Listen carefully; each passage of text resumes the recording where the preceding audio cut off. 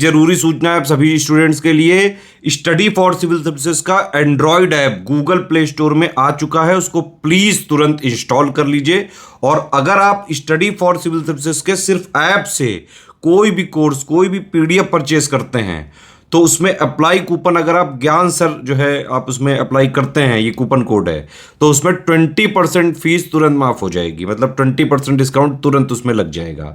ज्ञान सर लिखना है, नॉर्मली ज्ञान सर स्मॉल लेटर में है सब कुछ, कोई स्पेस नहीं, कोई कॉलम नहीं, सिर्फ ज्ञान सर, GYANSIR। इस तरह से अगर कूपन कोड लगाते हैं आप ऐप में बाई करने से पहले, जो अप्लाई कूपन वाले में आता है, तो 20% का डिस्काउंट तुरंत मिलेगा। वीडियो देखिए। दोस्तों, पॉलिटी के टॉप 500 एमसीक्यू की सीरीज में आपका स्वागत है। अब देखो, इस वीडियो का जो पहला क्वेश्चन है 251 वाला, इसमें बात हो रही है आपके गवर्नर के बारे में। इंपॉर्टेंट कंसेप्ट है, इसको समझ लीजिए, ठीक है। अब देखो, गवर्नर के बारे में बात हो रही है।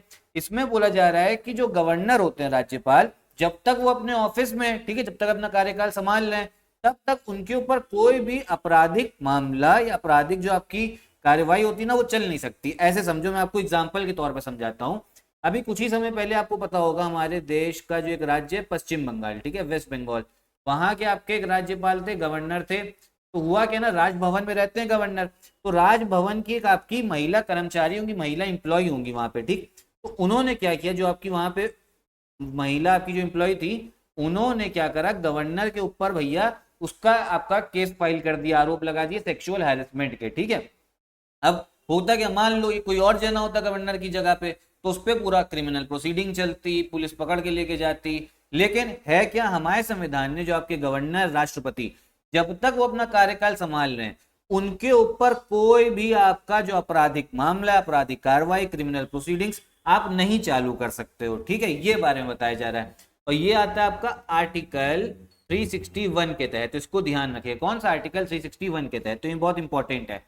तो क्या बोला जा रहा है, पढ़ लेते हैं। किसी राज्य के राज्यपाल के विरुद्ध उसकी पदावधि के दौरान किसी न्यायालय में कोई दंडिक कार्रवाई संस्थित नहीं की जाएगी, ठीक। No criminal proceeding shall be instituted against the governor of a state in any court during his term of office. तो ये बिल्कुल सही है, ठीक है। जब तक वो अपना ऑफिस संभाल रहे हैं, अगर मान लो उनसे कोई किसी ने उनके ऊपर आरोप लगा दिया, तो नॉर्मल में क्या होता है, कोई नॉर्मल इंसान है तो उसको पुलिस पकड़ के ले जाएगी। लेकिन इन पे भैया जो वहां की महिला कर्मचारी थी, उन्होंने आरोप लगाया गवर्नर पे सेक्सुअल हैरेसमेंट का, तो लेकिन पुलिस जो है स्टार्ट ही नहीं कर सकती प्रोसीडिंग जब तक वो ऑफिस में।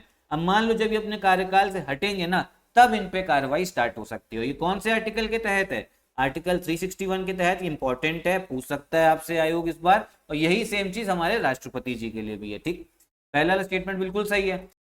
देखो, जो आपका दूसरा स्टेटमेंट है ना, ये भी बिल्कुल सही है। इसमें ये बोला जा रहा है, जो गवर्नर को फैसिलिटीज मिलती हैं जब वो अपने कार्यकाल में है, तो क्या उन फैसिलिटी को घटाया जा सकता है? नहीं घटाया जा सकता। और इस स्टेटमेंट में यही बोला जा रहा है कि भैया वो नहीं घटा सकते। दूसरा वाला भी बिल्कुल सही। करेक्ट आंसर कौन सा हो जाएगा, वो हो जाएगा सी वाला, ठीक, ध्यान रखिएगा। अगला क्वेश्चन देखते हैं। अब देखो, आपको दिखने में तो बहुत लंबा चौड़ा लग रहा होगा, लेकिन इसको आपको आसान भाषा में समझाता हूँ। होता क्या है, देखो, मान लो हमारे देश में कोई कानून पास कराना हो, तो कैसे कानून पास होता है? पहले उसके लिए बिल आता है, ठीक। बिल आता है, अगर वो लोकसभा भी पास कर दे, फिर आपका राज्यसभा भी पास कर दे, और हमारे राष्ट्रपति साहब, प्रेसिडेंट, वो भी उसकी सहमति दे दे, तब वो बिल क्या सीधा सीधा क्या बन जाता है, कानून बन जाता है। ये आप सबको पता होगा। लेकिन होता क्या है, जैसे एग्जाम्पल के तौर पे, जब आपका CAA जो बिल आया था, वो जब कानून बना आपका, ठीक है, उसके बाद में क्या हुआ ना, जो संसद आपका कानून बनाती है, उसमें सिर्फ कुछ ही प्रावधान लिख रखे होंगे। मतलब इस कानून में क्या लिख रखा था कि जो आपके पड़ोसी देश होंगे, उनकी माइनॉरिटी को भैया भारत में नागरिकता मिलेगी। सिर्फ नॉर्मल ऊपर ऊपर की बातें लिख रखी होंगी। लेकिन ये सिर्फ इतनी चीज होती नहीं। उसके बाद में जब कानून बन जाता है, उसके बाद में बनते हैं उसके नियम, उसके लिए रूल्स बनाने होते हैं। अब रूल्स जो है ना, रूल्स आपकी संसद नहीं बनाती है। जो नियम होते हैं ना, वो कोई और आपका बनाता है। वो बनाती है आपकी कमेटी, बनाती है समिति, बनाती है संसद की। और वो कौन सी समिति होती है? वो होती है आपकी कमेटी ऑन सबऑर्डिनेट लेजिस्लेशन, अधीनस्थ विधान संबंधी समिति, ठीक है, जो आगे जो है आपका काम कर रही। बी वाला जो है ना, ये आपका सही आंसर, ठीक है। अगला क्वेश्चन क्या है, अब इसमें जो आपकी विधानसभा है, उनके जो अध्यक्ष हैं, स्पीकर, उनके बारे में बात हो रही है। क्या बोला जा रहा है, एक बार पढ़ते हैं। आपका विधानसभा के जो अध्यक्ष हैं, यदि विधानसभा के सदस्य नहीं रहते हैं, तो वो अपने पद रिक्त कर देंगे, ठीक है। The speaker of the legislative assembly shall vacate his office if he or she ceases to be a member of the assembly। तो बिल्कुल सही है। मान लो अगर वो सदस्य ही नहीं रहे विधानसभा के, तो उनका जो स्पीकर की पोस्ट है ना, वो भी चली जाएगी, ठीक। इस समय पे आपके जो यूपी विधानसभा है, इसके अध्यक्ष कौन है, आपसे क्वेश्चन पूछा जा सकता है। ये हैं आपके सतीश महाना, ठीक है, सतीश महाना जी ये जो हैं बीजेपी के ही हैं, ठीक है, और ये आपके कानपुर से ही हैं सतीश महाना। दूसरा वाला स्टेटमेंट जो है ना ये बिल्कुल गलत है। बोला जाए जैसे ही वो आपका विघटन होता है विधानसभा का, वैसे ही स्पीकर को भैया अपना जो पद है ना वो तुरंत आपका रिजाइन करना होता है, विकेट करना होता है। तो गलत, जब तक अगली लोकसभा आपकी विधानसभा नहीं आती ना तब तक वो रहते हैं। करेक्ट आंसर आपका कौन सा होगा, ए वाला हो जाएगा। ठीक, अगला क्वेश्चन देखते हैं। इसमें बात हो रही है आपके प्रेसिडेंट के बारे में। देखो है क्या ना, ये मैंने आपको पिछली वीडियो बताया भी था। एक होता है आपका प्रेसिडेंट रूल, राष्ट्रपति शासन, ये लगता है आपके आर्टिकल 356 के तहत, 356 के तहत, ठीक है, राज्य में लगता है। जब ये लगता है ना तो उस राज्य में, इसमें यही बोला जा रहा है क्या होता है, जैसे ही लगेगा ना तो उस राज्य की जो आपकी विधानसभा है, जो विधानसभा कानून बनाती, विधानसभा तो अलग चीज है, कानून से विधानसभा बना सकती किसी राज्य में, लेकिन जब ये आपका आपातकाल लग गया तो उस समय पे कानून कौन बनाएगा उस स्टेट के लिए, तो कानून बनाएगा आपका पार्लियामेंट बनाएगा। ठीक है, तो करेक्ट आंसर हो गया आपका बी वाला, ध्यान रखना। अगला क्वेश्चन क्या है, इसमें बात हो रही है आपके 9th शेड्यूल के बारे में।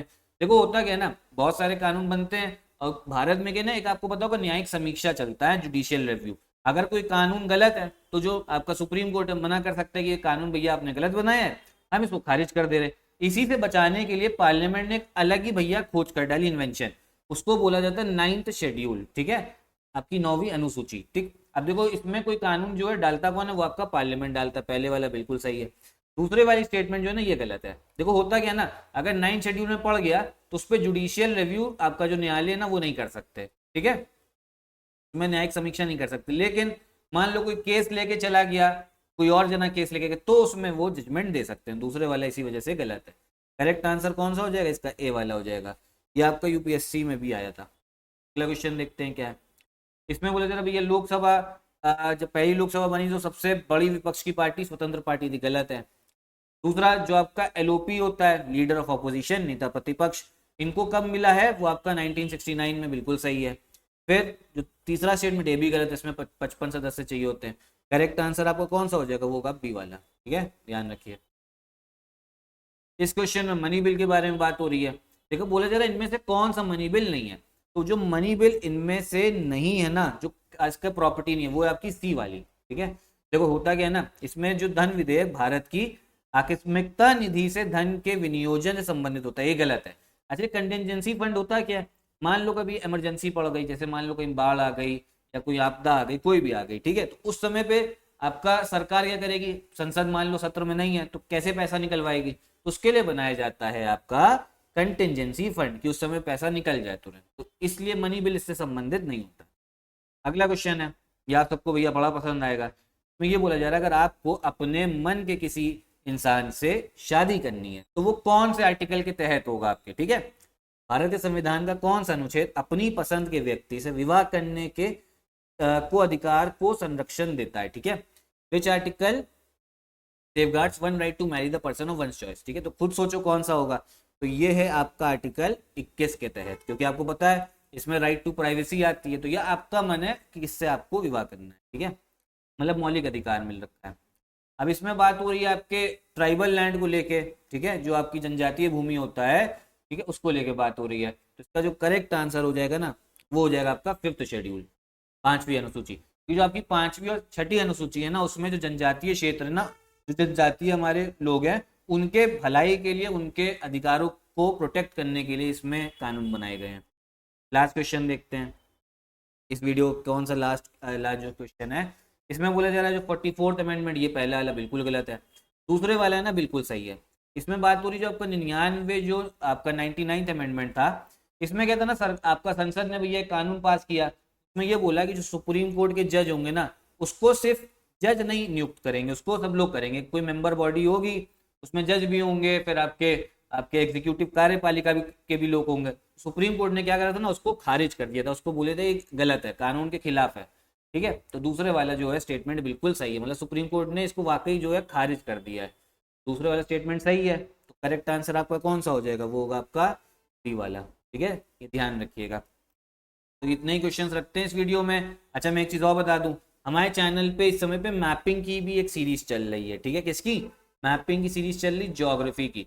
जितने भी आपका इंडिया और वर्ल्ड का मैप है ना, मैं आपको अच्छे समझा रहा हूँ, पूरा मैप लेके आते हैं, मैप से अच्छे समझते हैं, तो सीरीज को जरूर देखिएगा, प्लेलिस्ट बन रखी है वो जरूर देखिएगा, ठीक है। आपको मैपिंग जो है पूरा अच्छे से क्लियर हो जाएगा।